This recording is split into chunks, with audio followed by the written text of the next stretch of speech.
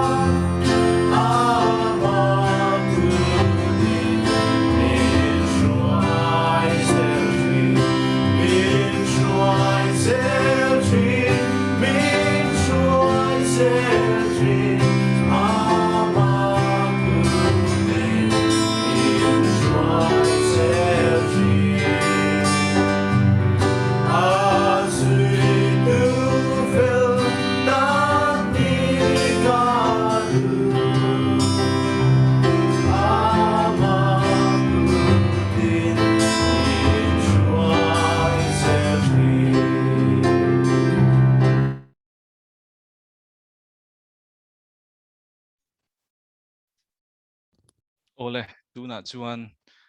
kan tran tu tlangwal vanlal dika ilo somang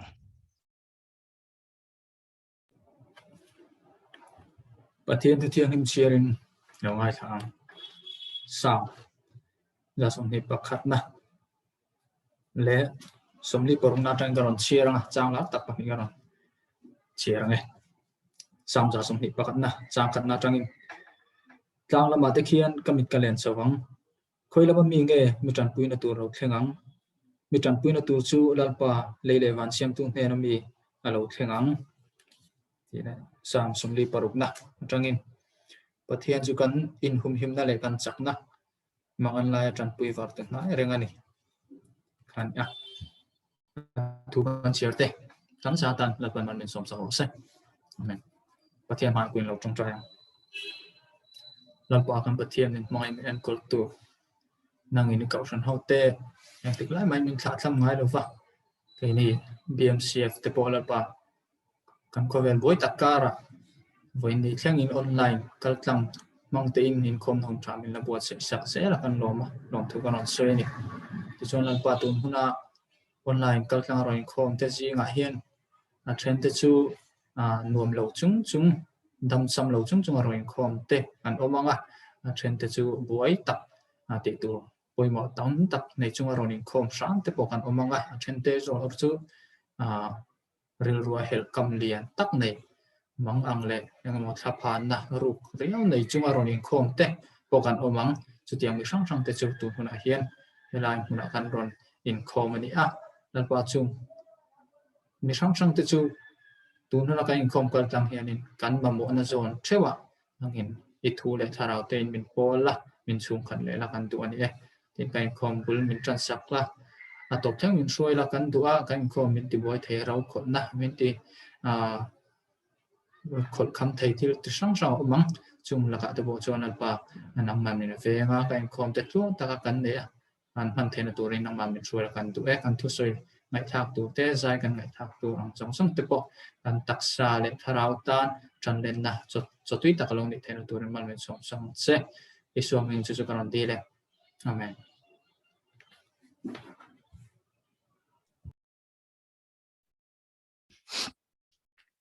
ole tuna chuan ocean member te hriat tur poimo ocean member te hriat tur poimo puang turin kan secretary lo somang ale voina ron in khom song song te dal pai so krista mingin BMCF ayo in chibai kapu kacheu kan shoi tu ina ron ta lan ta kan khan kan in khom kalpung tu te po aron puang lang to a kan hun man dan tu te po yang chuan lang pui kan han tar lang cho cho zo nga pasa in wen yaron in khom song song te chi bai kan han buk chewa tin mi khwal te po kan han dei thina hei kan in khom hi pathian zara kan tam chang te om kan tam lutuk lo chang te po om thina ne ma selangin kan van ne mun tham thana tangin kan in khom te min ron chim min ron tel pui tu kan nei thina Mizoram mun thang atang te India ram ko pui dang atang te le Mizoram hun pon India ram hun pon atang te poin min ron chim ve no dol thina tiang chuan kan in khom min ron tel pui tu te kan chibai kan buk tu chewa BMCF Bangalore Mizo Christian Fellowship ko ran in kan lo lom chewa in ron tel pui thin turin le kan in khom te min ron tu chaka wa in hena lom thu kan han soi a kan lo lom cheu ni ti kha kan han ta lang pa sa tu ani kan shoi tu khan kan program ran ta lang to ka chen chuak bek lawanga when kan in khom in ka shoi tu hi pul rin heta silo BMCF member lum tak mai an ni a tin thu chamin shel tu ti reverend lo ro tu pa chuau ani chol ni le hi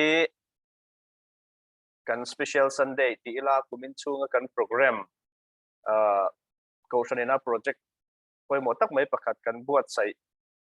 ko ran sang sang shoi tu te kan the dan le rem chan da nga BMCF รองบอลนั่นในตัวละสมดีเซกติSunday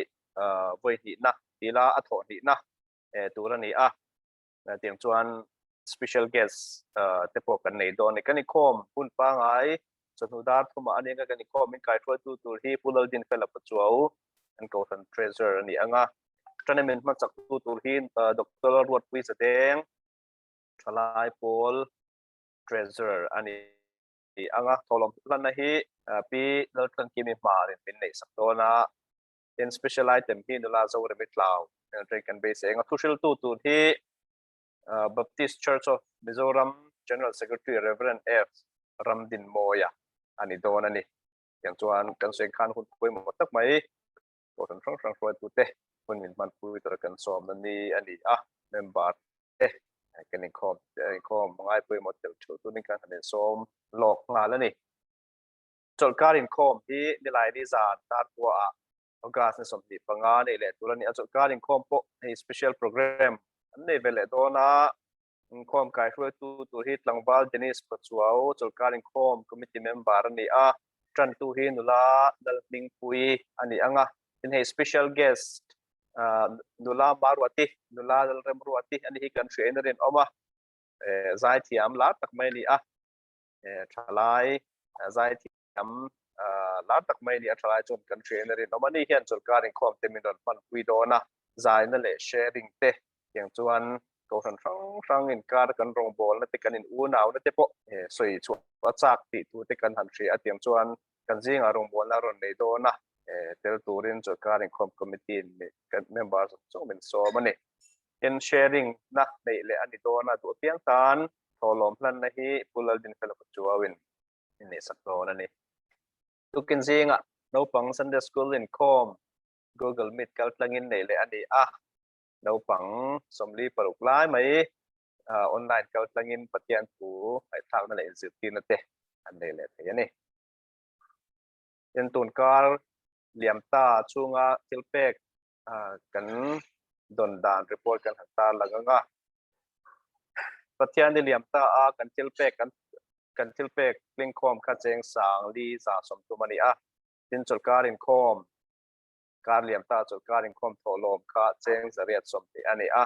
tin tholom mi phi tun kar chaw chung in pathum malu ta tang hian cheng sing khat sang ruk da hi som nga aluta tin kan tholom lut khom tung chung hi cheng sing hi sang khat cha ni ani chol ni masa khan kan han puang to BMCF le Bangalore Baptist Hospital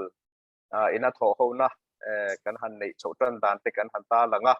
member te kan han malak na masa hian membership card siam turin ma kan la meka tuna hian membership card hi Bangalore Baptist Hospital hian BMCF member zong in report zong te na hian membership card an pe chuak to na chung tekal tlang chuan healthcare lama benefits kan nei thei te le min du sakna alian amote emo min du sak thena sang te kan don thena tan membership card min sem sakona in register to link kan ron po chuak to khata khan mi za somnga vel chu kan in register to tun kar toblama kar le toblama te chuan submit a tool to mai te chu wang chuan member te ngai poi mo ila member zong in register la kan du tiang chuan kan in du saka kan han puang non le du member te la in register lo kan mani chuan a link te ti thelo kan mani chuan ke ma te po min ron bia wala kin kan try to kan office bearer te tu te po biak tang te ni ti kha kan han soi lang le du ani te tho hon hi kal zel turani tiang chuan to pa malak ke ni BMCF ko kan pon kan tu mani ti kha member sheta kan han ta lang le ani trong try pui ngai kan nom le thina group lama te po hian kan han ta lang thina trong try pui ngai hi kan in seng lova ko ran ho te trong try pui ngai le trong try pui mino trong try pui te u ti kan mani chuan in sil siat the atenga in sil siata in trong try pui hi lu tiang chuan min han sil thrit ula ko ran ho te trong try pui na kan tan te nan ti kha nan ta lang le du atin hei social media lama pokhan kan hanta lang to a kan treasurer nu pui pilal lim pui ani hi natna sang he natlak buak a phing te le da sang ba he natlak buak chung wang chuan zai an han tok le a he tu nimin tamkhan tam doina luang takin an zai nin kan ria nimin khan tam doi tren an chuak le nga la zan rek lovin trong trai pui chun zama mo khop mai pikim pui kan quarter committee lam tele kan refreshment committee lama secretary te ni ani hi trong trai pui tu ding to kan pui te kan han ge ni kan han so matin nula sindil ruat pui te chung in nimin lama lu suna kan chaplain te pon avot lo nin kan thria tiang chuan trong trai pui an ma mo khop men ni hi an tuar le maya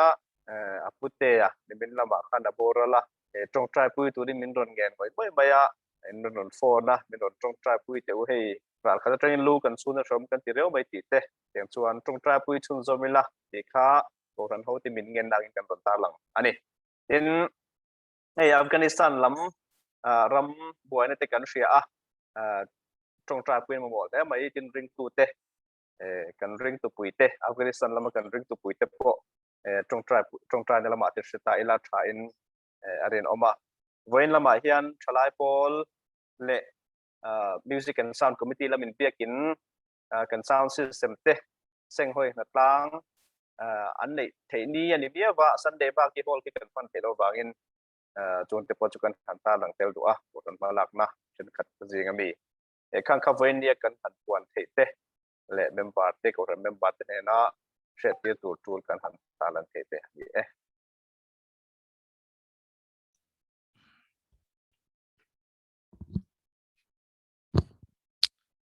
ole tuna chuan pathian fakle an choi moi nan Christian labu zanga som ko pakhat na ama chumal som na ti kha kan sa anga chuan kan tho lom te kha online na kan pay theina tur ga screen a khan ron tilanga ta khan kan rem chan da angin kan pedonia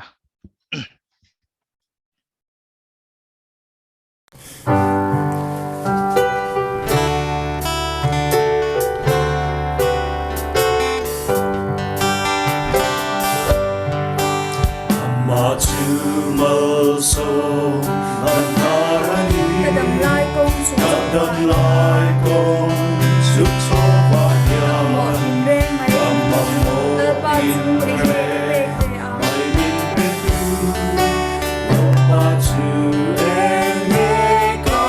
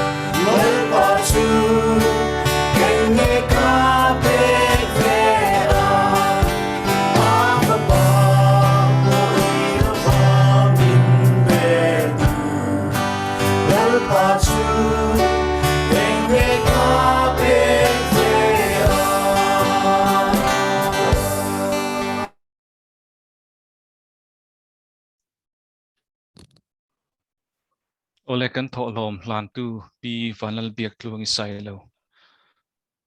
somang trong tra yang u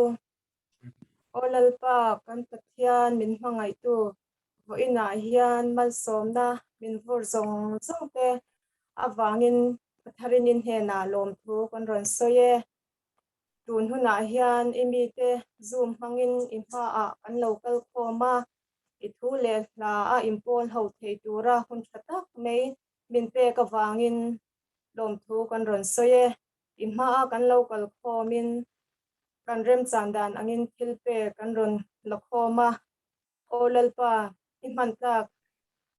niturin min ti thiang him sakla ram zauna tan min man sakang che kan thilpek le ke mani theu te ikuta kan ron ning kol ti re iswa krista minging kan ron di le amen Amen.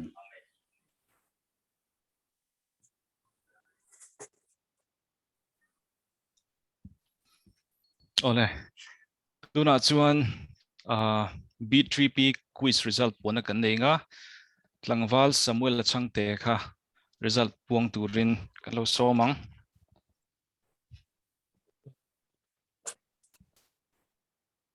Ama sain voina lowing khom song te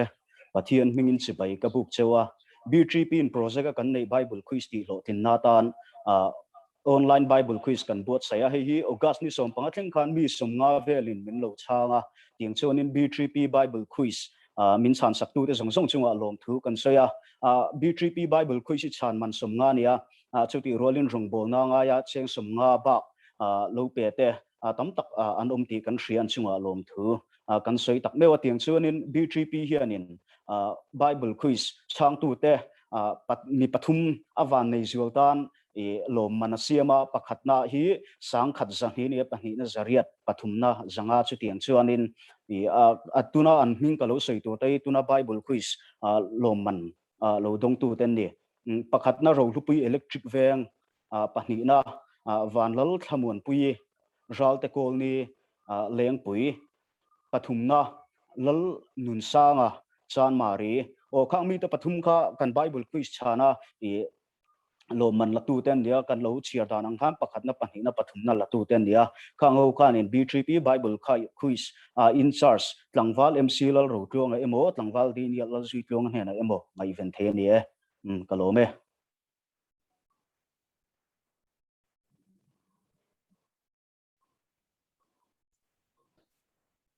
ole tuna chuan special item kan nei nga special item in nei sak turin nula ZD vanal rem ruati lo somang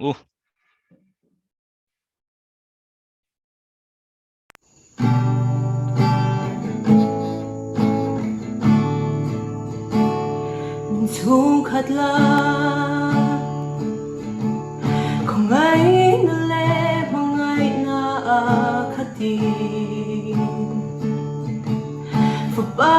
be kia la i mong ai ta ta lâu ti bung la mong ai na chu i thiên long sa ta mang ai na thu tak trong mu xoan na song ti re tu chu tin kan men mu ni an mu nan che ni mel ring o ta pa ngai an chia thei na min mang i sia hi re thei ho sa ithilo siam dang tin ne uluk ta ka min din dan song te hi atopa chuan ifa te ve kan ni ithilong sa ka mangai na nei ka tu thu tak chu mu swal na song ti re tu chu tin kan men mu ni an mu na che ni mel ring o ta pa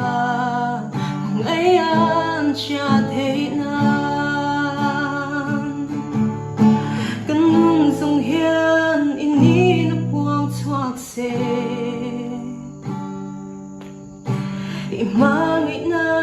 tup ngay lumaktak nen Kanun song hian ini na puang chuak se Imoy zia le fel na song song nen Imoy zia le fel na song song nen Thiên long sao tác mà ngày nàng này cơ tu thu tác trong mũ xoang sông tire tu chu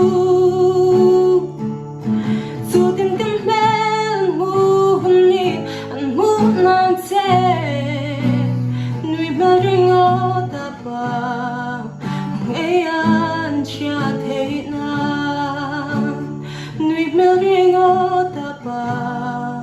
ngày an cha thế na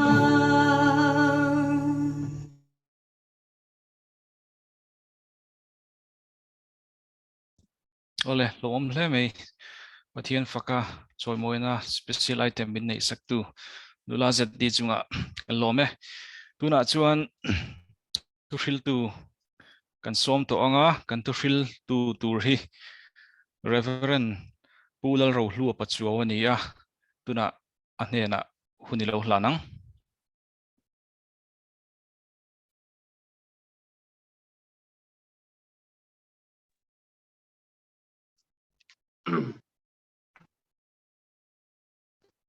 Ama saberin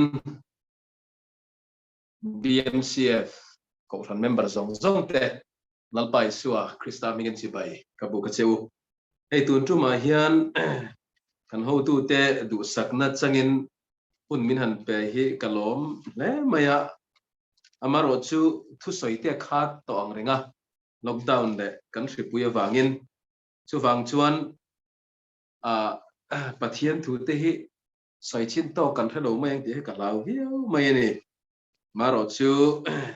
kan tiam ang kan puang chuak ve anga tu ke na hian hey ama sain lom thu an soi na tur tam ta komin ka ria abik takin ke ni chung kwa helaya kum sang ni som le pali atanga som le panga som parukin kara khan MTH kan zir line kanom to tun tu ma hian zirna awang bokin chung kwain kan local le theya BMCF member apo kan foi tu te thlengin kanom lai om lem lo mi thar engemazat kanom ti te kan han riatin kan om lai om lo om ve maro chu rom khol na le rem chan na zo ka wanga min om lo santa te po anom nual bokalung len thak viawa BMCF hian min ti ta tu thiam min open takin tiang hian min lo welcome kan chung kwa kan lom tak sitani chu wangin ko ran fuai tu le a member te in zawai chunga lom thu te kan soi masa ani pathian thu kan ngai thanga petera thon kan na bung khat chang som le paruka chuan kan thu puin nga na nang ni in thiang lim tur ani ke ka thiang lim sia ti kan huwa tin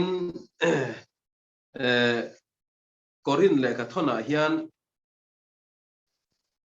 bung khat na chang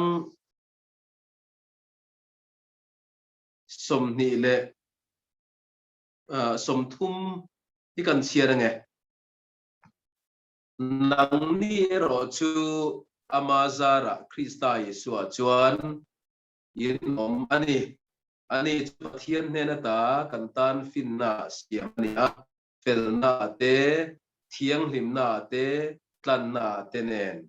chati chuan an se kang khan a chuang a piang in lalpa chuang ro se lali suwa Krista chu kan thiang lim na turata na pathian min pe kan i sia chiang takin hetilai hian lo langani pathian ne thu kan chiar te man min som sakro se amen pathian ma kunin trong traya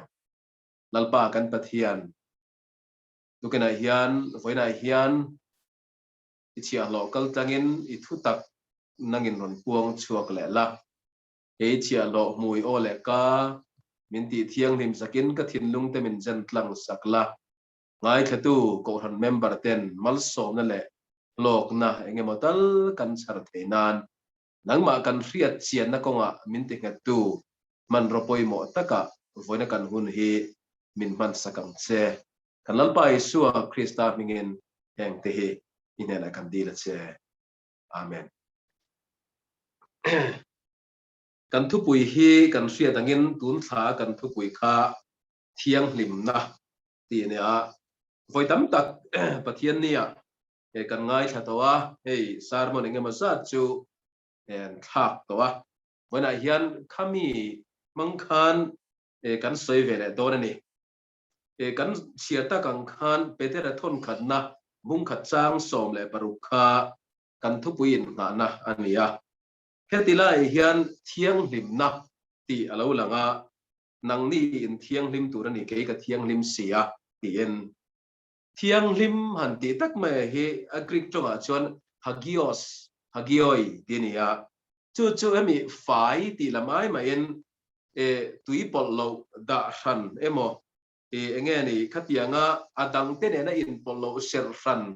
ti nang de ulam kha ko sok ma chu wangin thiang lim kan ti hian e enge ni an singa ta lo chuak ula rangin om ro han ti trong kam zul zui de ulaken asranga da pathian ta na ser ran dedicated tizong de te pokhan kan ru lo ra thiam taila a thong me ti chuan he peter le ka thon he kan ria takin peter he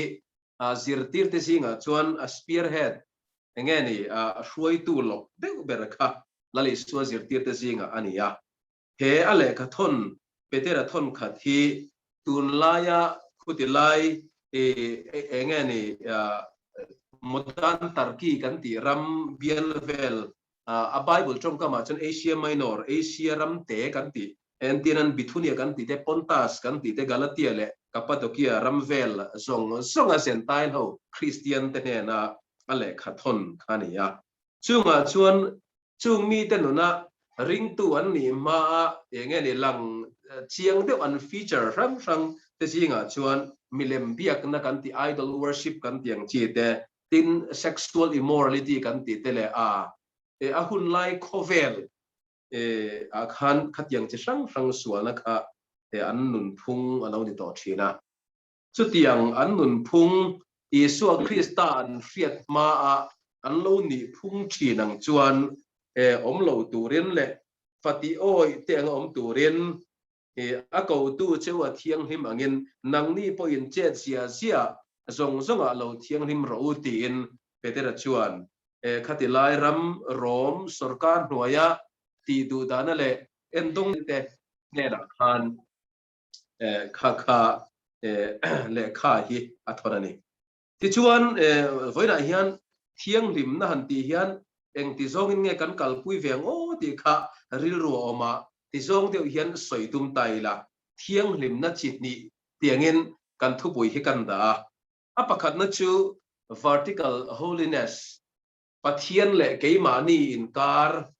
chunglam le nuailam inkar thiang lim na tin kan da apani na chu horizontal holiness kan tia keima le midang te thil siam dang te po ani zelang chu inkar thiang lim na tin kan da ta apakhat na vertical holiness kan ti hi a foundation a bul thut ani wangin kan soi masadon ani vertical holiness kan ti chu pathian laka kan thiang lim na ania hei hi poimo hle mai bible kan ria kan siara kan evangelist le kan pastor te kan upa te pon min fil fo chin bo chiat na wanga in mani po in thiang lim zo lo te kan ni eden huana tanga no chua kan nia ziak tu pakat chu eden huana tanga kan no chua ina en tir lian tak chu bol lo mi hring te chuan pathian thiang lim na an trom zo ve talawa chu wangin thiang lim pathian kianga bol lo mi hring te chu bo chetu te chu anom ve rem tak lo wangin pathianin atmo chua kan e tin alo se ne chu wangin mani in tran pui thei to lo mani in ti that thei lo mani in ti thiang lim chok thei lo pathian engkim siam tu le nei tu nghe ni thiang lim pham kim la ka chon bol lo kan lo ni ta ka wangin te ko bola pe chon efesia khan atong kam dang in ti hian a soya thi kan nei ti na soi top mai ni thi tin min fil top maya ma ni in ti nung chop thiam lo le thei lo te ma ni in ti thiang lim thei to lo te kan ni ya amai ro chu tak mai chu ma ni lam ke ma ni lam kan ti le ke ma ni lam in kan tho lam ni lovin pathian khongai na chuan kong dang min dap saka khongai na chuan bo che tu misual te na kan pek tlak ngei tur thi na chu min pek tlak sakin fa pa Isu Krista chu kan ta na ron hla na Isu Krista thi sina wang chuan dang lam na change alo theng ta chu dang lam na chu ke ma ni mi hring te lama thleng ma salovin pathian rilru le thin lung lama chu change chu alo thleng ma sa ni yen soitai la tun ma kan evangelist te khan zoram lama kan evangelist te kan tipika nga lali Isu Krista thi sen kha a chho ulona ni tin an sai thina a omzia bera chuan lali Isu Krista thi sen awangin pa lunga oya pathian rilru le thin lunga bol lo ten om kan ni na kha lali Isu Krista thi sen chuan min rugre saka change kha pa lama alo thlen ta ni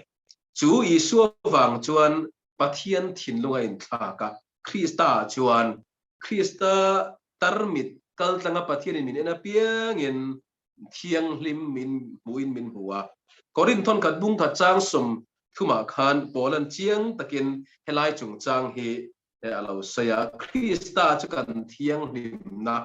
ani chian sia alo sei ne chiang kha kan chiar to han soilang vela hrim tai la nang ni ro chu ama zara Krista Isu chuan in omani ani chu pathian hena ta kantan finna siamania felna te thiang hlimna te tlanna tenen tin thiang hlimna kan lo nei ve thena turin pathian riru le thinlung lama lalpa min nu ami thiang hlim kan nei theinan pathian chuan afapai Isu Krista min pe a kan thiang hlimna chu pathian thinlung lama Krista awangin alo ni ta ni Isu awang chuan thiang hlim kan in ti vengam tangat mai ni chu helai takhi makati em mai korin le katona buk hian bung khat chang nia khan korin pola chuan ten soya Krista Isu ati ran korin khuwa pathian ko ran ho om Krista Isu ati ran mi thiang hlim ni tura ko te ne na aron tia Krista Isu ati ran ti nge ni hagios helai hian thiang hlim ti trong kam hi veteran ron manang chia thau khania ti ran ti trong kam te tin thiang hlim ni tura ko han ti lai te hi korin ko ran no hi an thiang hlim lo zia a the chiang tu te kan nin karing bible kan chiar chuan mai chen ri pana chung changa te tin an nun phung nge ni an member te an en dan chung changa te khat an riru put mang te po thiang hlim tok lo wani ti kha a chiang em ani amaro chu lali Isu Krista awangin ti thiang hlim an ni to zu sia te tlan an ni to sia te kha chiang takin hele ka ton vekhen nin sia tirani kan soi vek seng lawang chu wangin voina hian kan ria turata na poimo tak mai chu lali Isu Krista chuan mi song hi pathian rilu la thinlung lama thiang hlim kan ni ti kha entinan esit thura thil kan chia kan chia nuwa chun ama kan thil chia chu alo thur ve tang mai hian lali Isu Krista miom chuan thil siam thar lo nia mi thiang hlim kan lo ni ti lai kha the vertical holiness pathian laka ke ni misual te kan lo thiang hlim tan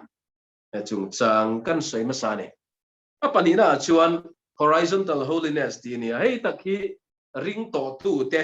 mi thiang hlim te lali Isu Krista wanga mi thiang hlim te thiang hlim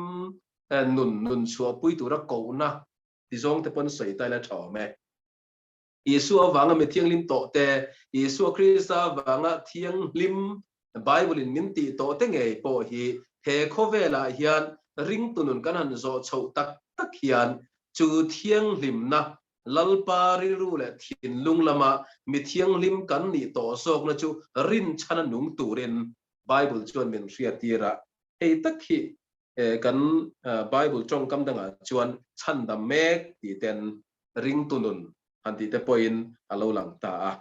thiang lim kan ni na ring to tu te ala hitle man soi pen lok ka duwa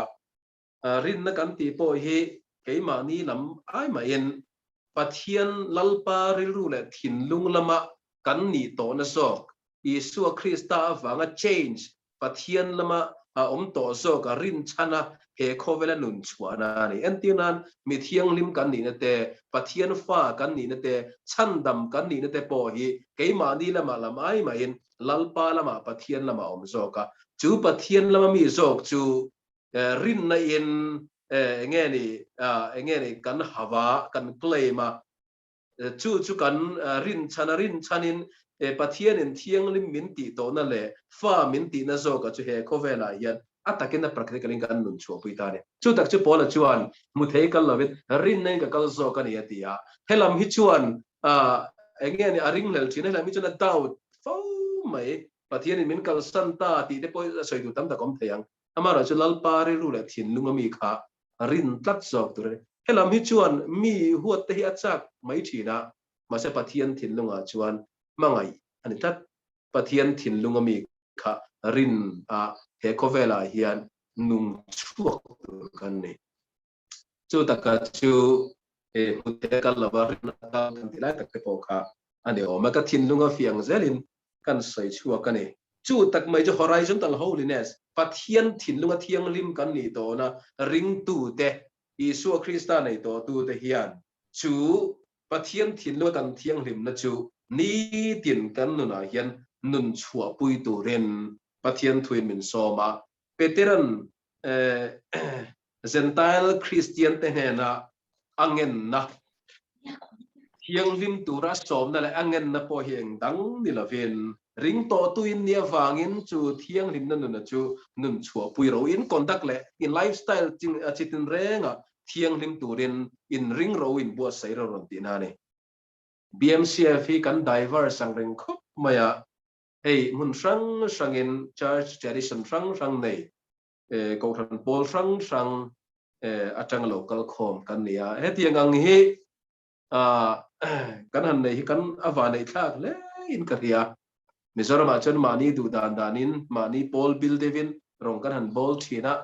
mara chu BMCF kal tang chuan in pom ton naril ru thin lung zau tak nen rong kan bol ni chu ka soi tu mani mai lova chu mi piala ma chuan member tam tak te hi mi nang lo tak tak kan ne chen ka chu corporate world lama hey company lama te kan thoka engengam na kan to kan in siat pui vek lem lova tin a chen chu rong bol pathian rong bol tu te mani zona kong sang rong bol tu te le a chen te chu zirlai te college student kan ti te le beauty care lam le spa lama thok te le khatiang kan sarkar na sang thok tu te kan nia kan om na mun chewa mi thiang lim lai su Krista awang mi thiang lim ni na nun chua pui turin pathian tuin min challenge ani ti atharin han soilan le ka duwa soi tu tam ta kom thenge heng te hi han sei ta la entianan ele in chung changa te po lai su Krista nei to tu kan ne awang hian kan ne ele in te po hi kan ulu ka ngain ka ria chu chuan aken te la tam khop ele in han ti khan hey rui lo in lam chi zu lam theng poin ani theyang chu hetiang te po hian kanom na huna khan mi thiang lim khan bi da ran Isu Krista wanga mi thiang lim kani to na takha ataka khoi huna po ma nun chua pui tur kani tin sum le pai man dang chung changa te po hian sum lamarin om na chung chang te pai soi tur tam ta kom thayang kan ram a zo ram ngei te po kan buai na chu e ruk na ani te kan kanan soi thina sum thiang lim lo sarkar na mai po ni lovin business lama na thok te po hian khatiang zel khan mani zona hian pathian pom thei ba bol lo hi chu aum ani ti kan thachiang vek o me khatiang te po hian thiang lim contact live kan nei turin pathian thu chuan min zir tir ani zuk le muam chung chang te poi sei tur tam maya pastor te kan vei du khomai mani biala te po counseling le campaign te po kan nei hial thina henga te po hian Isu Krista nei to tu le Isu Krista wanga thiang lim te tan zuk le muam ti vut te po hi amoi lo ani tin nula tlang wana sex chung changa te po sei tur tam ta kom thiang kan riat vek nu khania kan sei vek seng om lo ve chuan thil pakhat han sei lan ka du chu trong kam man dan chung chang la take han sei ka duwa trong kam u chuak le nal lo tak tak man te hi a thiang him lo wani kan te tiang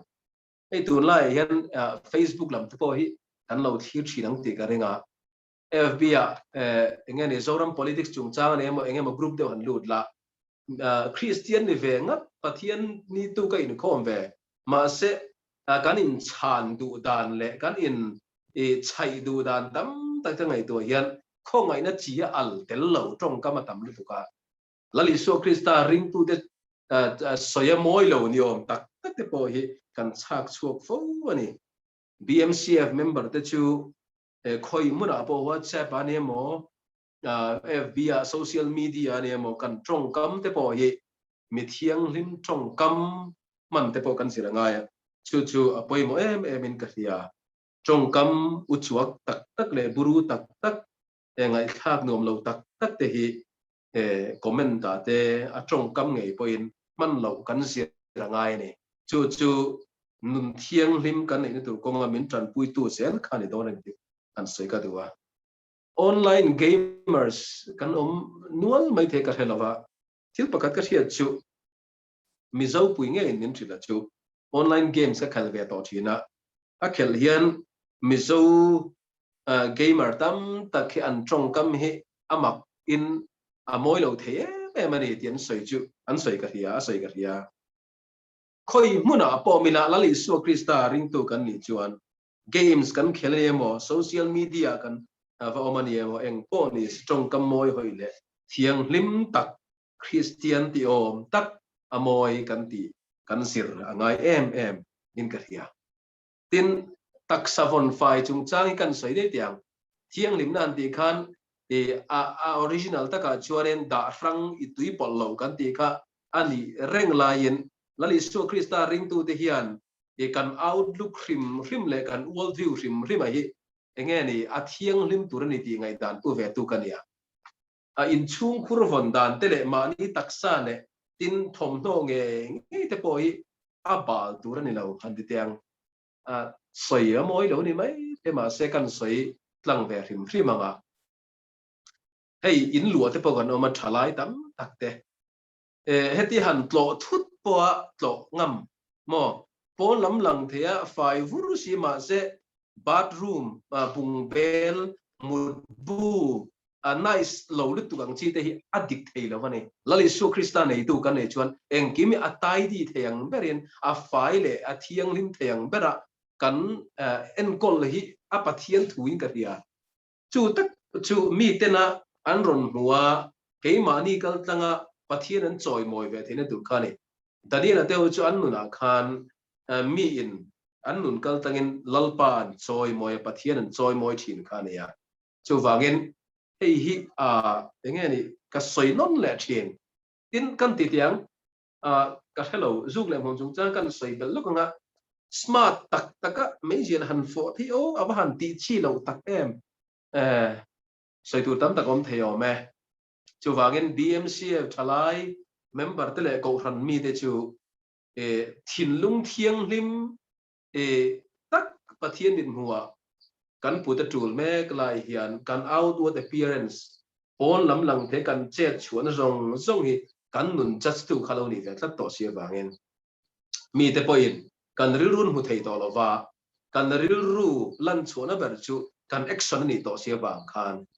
khoi muna po thokila koleja kan kala ni mo tin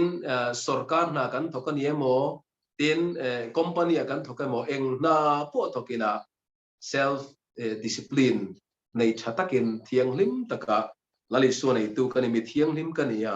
ka thiang lim na pathian in thiang lim muamin pu nei karinga mutheya kal lovin rin nei ka kale su thiang lim ka ni na chu rin chanin thiang lim nunin kanung don ni ti decision siam ta cheu zelila ti chuan kan nun kal tangin mi ten lalpan fakang kan bula ring lo tu muslim kan ti te hindu kan ti te le tin kan mi zo pui te ngei po heng te po hian ke mani kal tangin pathian an choi moi ve thiang ti karing ani pathian tu chuan in thiang lim turani ke ka thiang lim sia atiani pathian in thiang lim min ti lai hian ring tun kal kong kan so chho me klai hian thiang lim na kal kong a kan lo kal tok lo ni chen chan la chevila mani le mani in en fia chung selin ke pen cheu selang o lalpana thu kan puan chuwa tak te kan zabai tan atharin malmin som saklero se amen.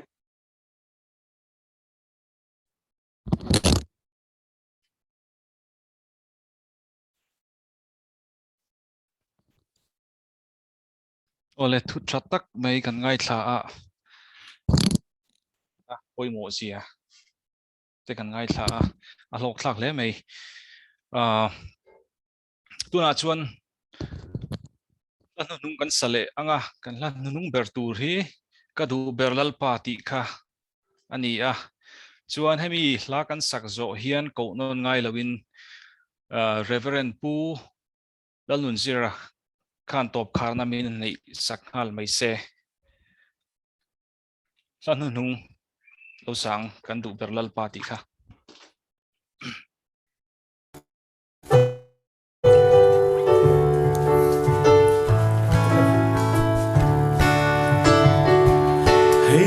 trên cung tâm mình xuôi du Kalpa kata di vache Kalpa kata di vache Mal som din reng ka tiar sen lo Mal som din reng ka tiar sen lo Le long na chuan Le long na cha luan ne Itelo chuanin khắp carpo kanung zo lâu ca sao lệ tri nằm sau hi ini kadu bele sepuan khen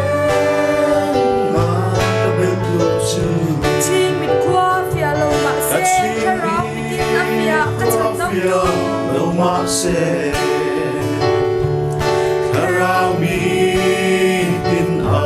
fia chan dam tu Ka vui la ve in po thling se Chuan van pa rung shai thang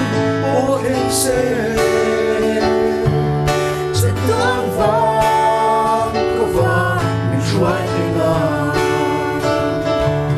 I tel lo chuanin khắp carpo kanung zo lâu ca sao lệ tri nằm sau hi ini kadu berle sa tuan khen na kabel tu chu Ka ha chul na le thamwa na in ka na le ni se dam ka nei lo le thamwana in ka na pe se dam ka nei lo Ka pukin nei ro ka in la ne in am chu ni wa na ka ron pa ne ka in la ne Witam chu muana karon pane Itelo chuanin khắp carpo kanung zo lâu ca sao lệ tri nằm sau hi ini kadu berle sa tuan khen na kabel tu chu Na le shom na ku ve nak na le Mai ta ma ya se na ko ve Wai le lung mai na ma ya oi le lung nei na rama ya Mai swal ka chan dam tu la pa ya le na le dam tu la ba ikianga len la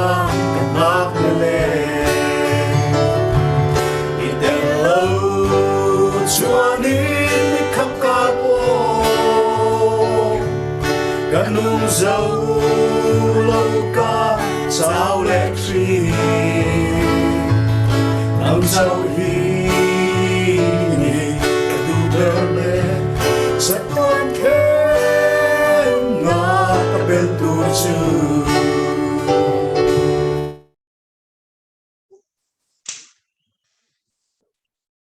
trong trại lên